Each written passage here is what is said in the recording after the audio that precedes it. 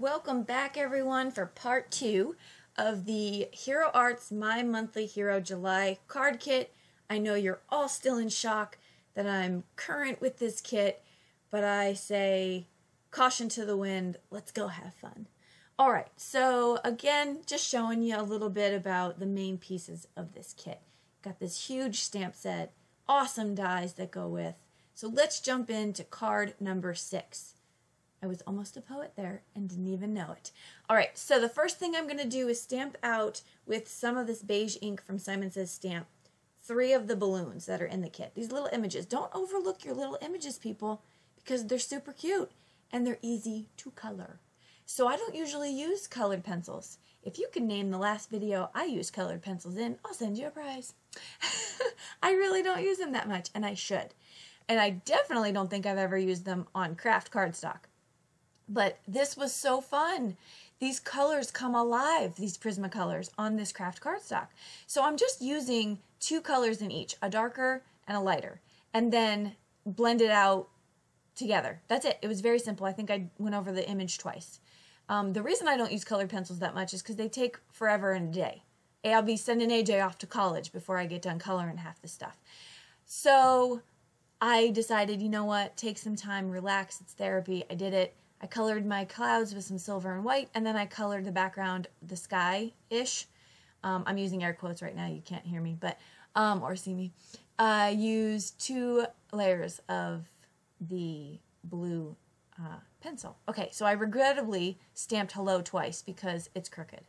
Do you notice how I just glided right over that super quick? Because you don't need to see and analyze my mistakes. Although I really don't care. It's okay. Sometimes that happens. Someone's probably going to notice it. Look, it's crooked. Okay, but anyway, I finished off this card with some Nouveau Glaze to give those balloons some poppage. Okay, we are shimmying and shaking into the next card. I gave you a little close-up of the Ticket to Fun stamp that I used here. I already stamped it in Versamark. I already heat set it with clear embossing powder, and now we're just going to color it. And so in the last video I mentioned that I am doing a quick review on Arteza watercolor markers. That'll be coming up soon. But I am using them to color in these tickets. Now, I think of red tickets when I see these tickets. I don't know what color you think of. So I wanted to make this card pop with that red on there. So I'm showing you a couple of them that I colored with the watercolor markers, whether it be zigs or these or whatever you have.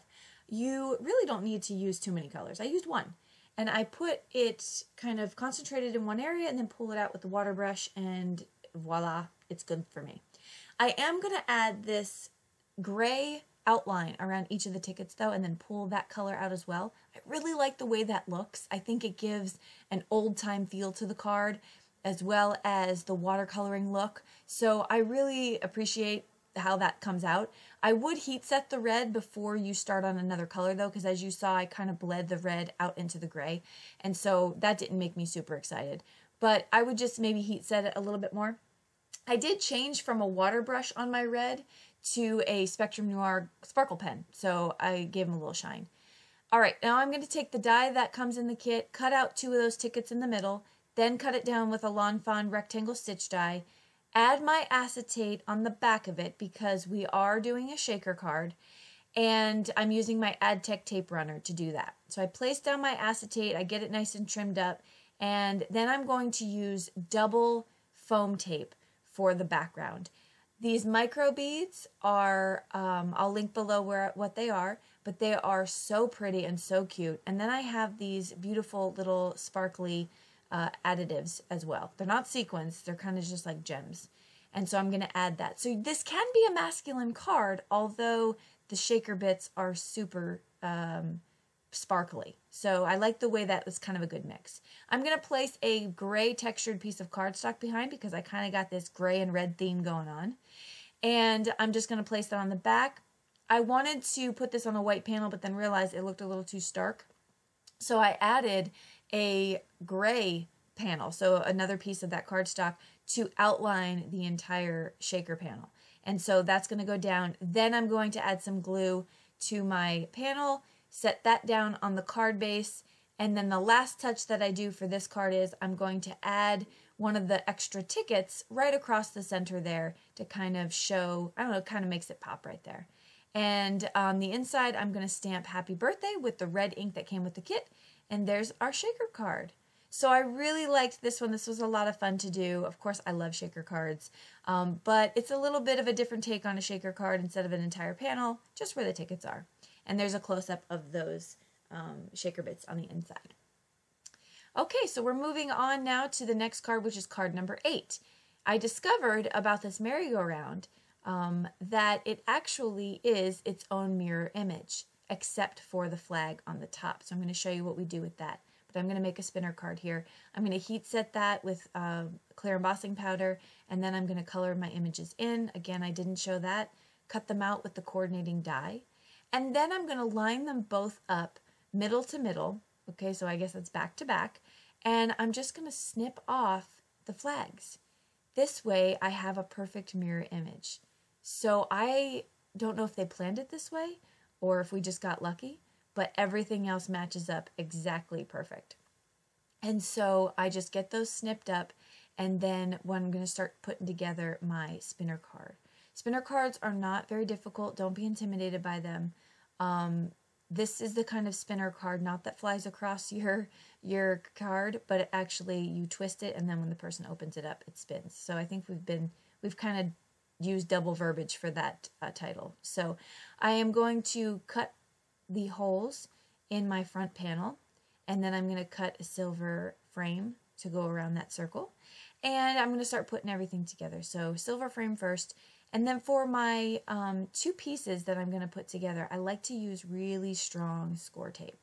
So I'm placing down 3 different pieces of score tape on here. And then I'm going to line up I use fishing wire. You can use thread, you can use whatever works for you. Thread gives a little bit more of a pull, I think, which is a good thing. The fishing wire, if you don't line it up correctly, it could make your spinner image crooked, and we don't want that.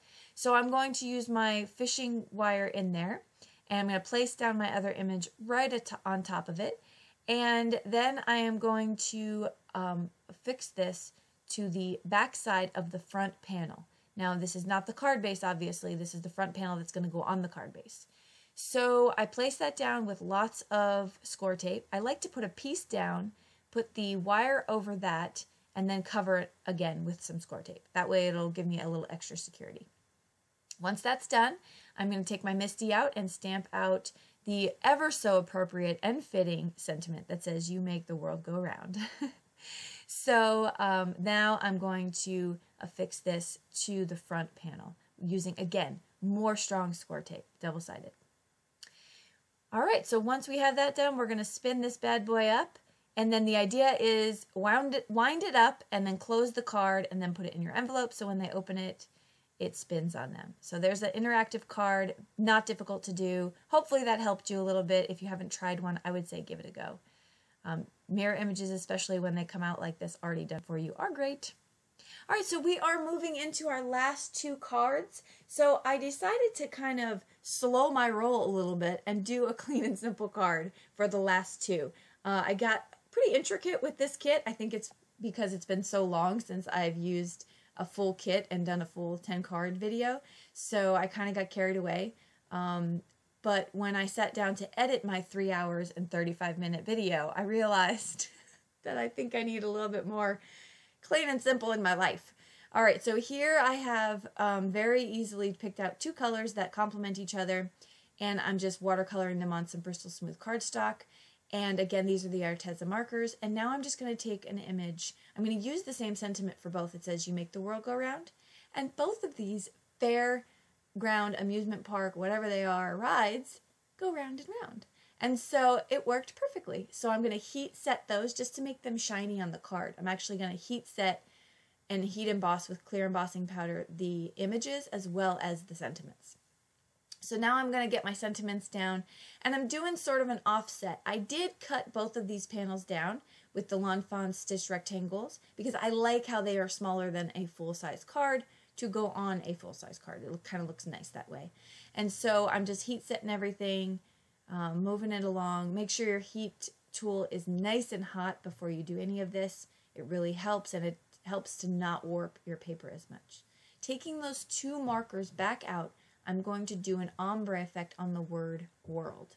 So there was a knock at my door during the voiceover, and it was AJ. It's not an emergency, but what is it that you want, AJ? A granola bar. You want a granola bar?